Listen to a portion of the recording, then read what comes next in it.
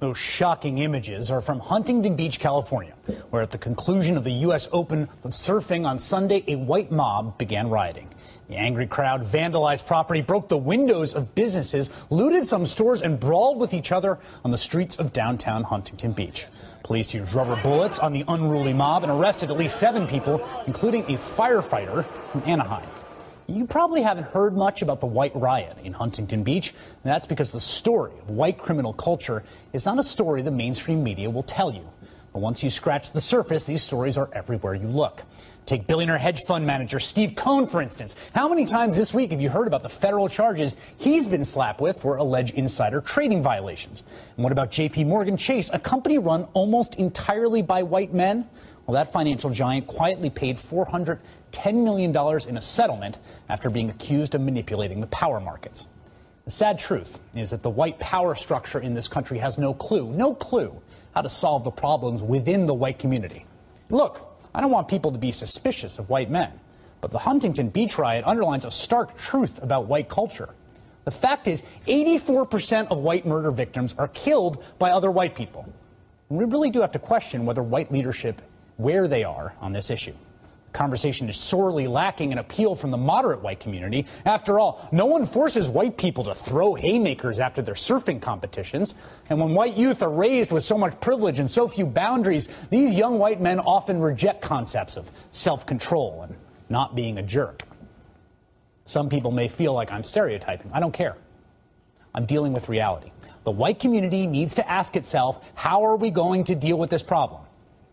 Finally, there's one brave writer in the mainstream media raising that question. Gawker columnist Cord Jefferson handed out a healthy dose of truth following the Huntington Beach white riot. Whites in America have been out from under their European ancestors' boot heels for centuries. California specifically outlawed preferences for non-whites in state hiring and education nearly 2 decades ago. So being oppressed is no longer an excuse for behavior like this. How long must we wait for the white community to get its act together? Joining me now is Cord Jefferson, the West Coast editor for Gawker.com, author of the aforementioned column, A Dangerous and Irresponsible Culture. Cord, you're not going to hear this kind of thing in the mainstream media. My question to you is, what inspired you to finally rip off this taboo and talk about the problems with white culture? I'm a person of color, Chris, but first and foremost, I consider myself an American citizen and a resident of Southern California. And seeing what the mob did in Huntington Beach on Sunday night, I just felt there was no way that I could sit on the sidelines anymore in good conscience and watch so many white youths debase themselves the way that they are. And so I think that sometimes people have to stick their necks out. I don't want to use the word martyr, but I guess I'm kind of a martyr on this front. You know, there are people that are going to tell you that it's just a few bad apples. If you look at the video, you can't say this whole group, this has nothing to do with white people. It's just a few bad apples. What do you say to that? To that I say that if that's your actual belief, then you're living with your head in the sand. I used to live in New York City and would occasionally go to Hoboken, New Jersey, St. Patrick's Day Parade. And there were so many young white men there, vomiting in the streets, urinating in the streets, getting in fist fights in the streets. It was a sight to be seen. I've seen it myself. There's college dorms you can go to. Every other room, there's a bong. There are people talking about how much they enjoy drugs. A drug culture that people and white elders don't say anything about it. They kind of they wink, and they nod. You're looking at they're learning, and the thing is that these young people are learning this kind of behavior in lacrosse camps. They're learning this kind of behavior at college spring break. They're learning this kind of behavior at Ivy League fraternities, where drug use and binge drinking are normalized behaviors. And these kinds of places are kind of the hives of moral debasement that are leading to, I think, what we're seeing which is this white crime scourge. Here's my question to you. People are going to say, this is someone who has a personal problem with white people. Do you have a personal problem with white people? Is this animus? No, I think any time that you tell the truth, there's going to be those people who come out and think that you're doing it for some insidious reason and say that you're a racist. I kind of knew that some white people were going to say that this is just. I'm sorry. I knew that some white people were going to call this playing the race card, but it isn't playing the race card. My best friend is white. My mother is actually white. My prom date in high school was a white woman. She was very white, actually. she used to ride horses and do that whole thing. So obviously very, very deep. I have very deep roots in the white community. This isn't hatred for whites. This is just tough love, and I felt it was time that somebody told the truth to these people. It's a hard conversation, but it's one we need to have. And I'm glad we're having it. And my question to you, Court, is what is it going to take to get the white power structure, prominent whites, Hillary Clinton, Joe Biden, to start speaking out on this kind of thing, to start talking about the St. Patty's Day parades, to start talking about the drug culture on campuses, to start to even just take the first step and condemn the Huntington Beach riots?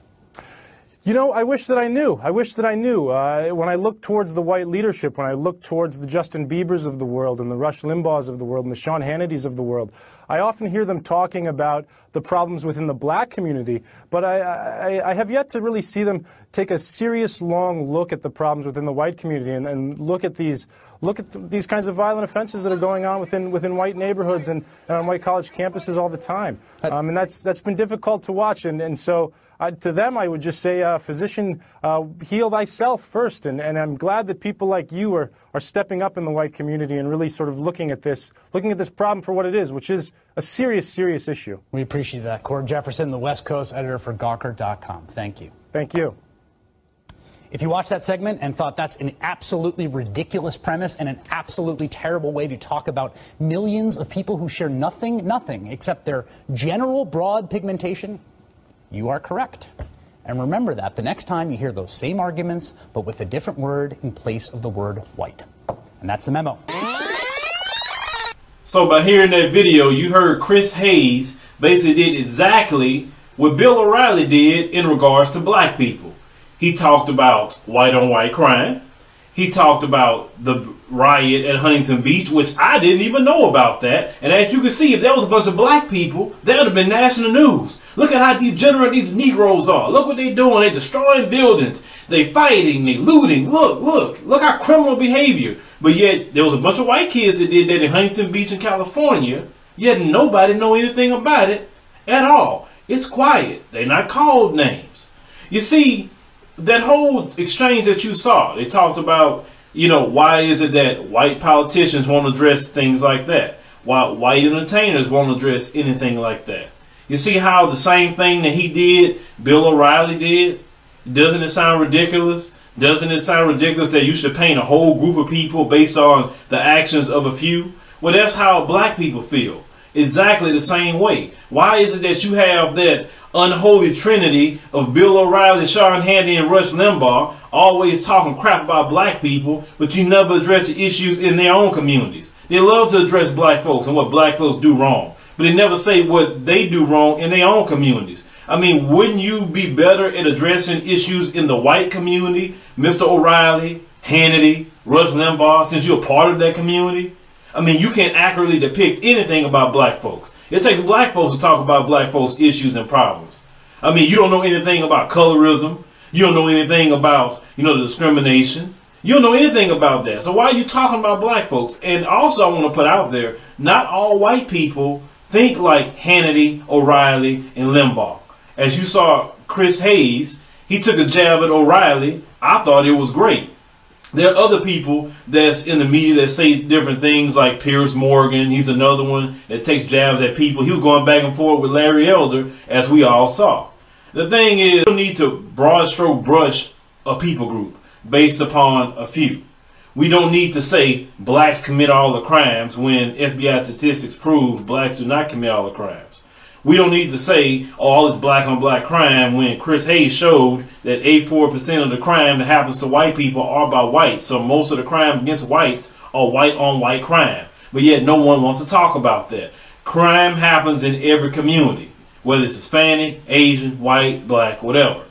I mean, people like O'Reilly, Hannity, and Limbaugh trying to make their living off of throwing a lot of shade at black people, because they know there's a group in this nation that love to just hear about black people, and they're so obsessed with black folks that they can't do nothing with themselves. People are upset about some things, darling.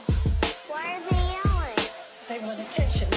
They're trying to get attention so that people listen to them.